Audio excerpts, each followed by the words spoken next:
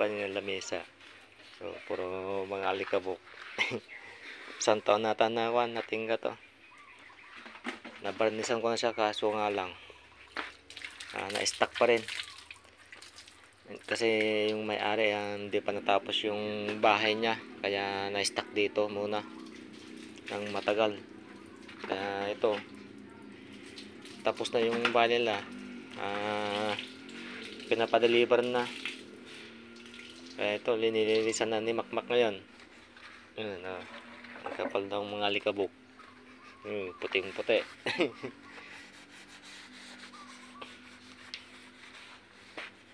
Karwash na ngayon yung trabaho ni Makmak. Karwash boy na ngayon. Kaya ito nga pala yung kwan. Isa na binabarnisan kong pintuan. Pinaparas na rin. Kasi uuwi na raw yung kwan. Magkagabit nito, pintuan. Kaya hanggang Sabado sana yung hanggang matapos to. Pinaras ko na kay Makmak kanina umaga. Tapos ngayon binabarnisan ko na rin. Tsaka pinabutasan na rin nga pala yung pang doorknob niya.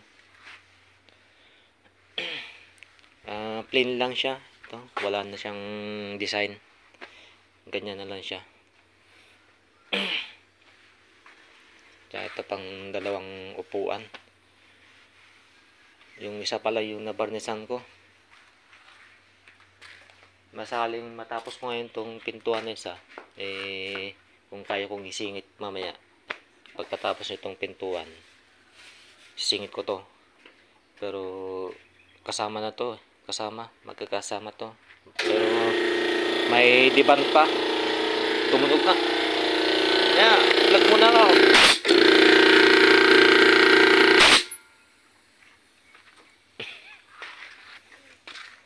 May kwan pa.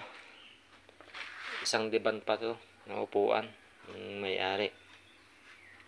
Kaya ito lang siguro muna upuan yung mauuna na ipipinis namin. Tapos sabay naman tong upuan, yung diban tsaka itong lamesa. Asimbolin ko pa yung kwan, diban. Yan, kaya pay. Kakarwash.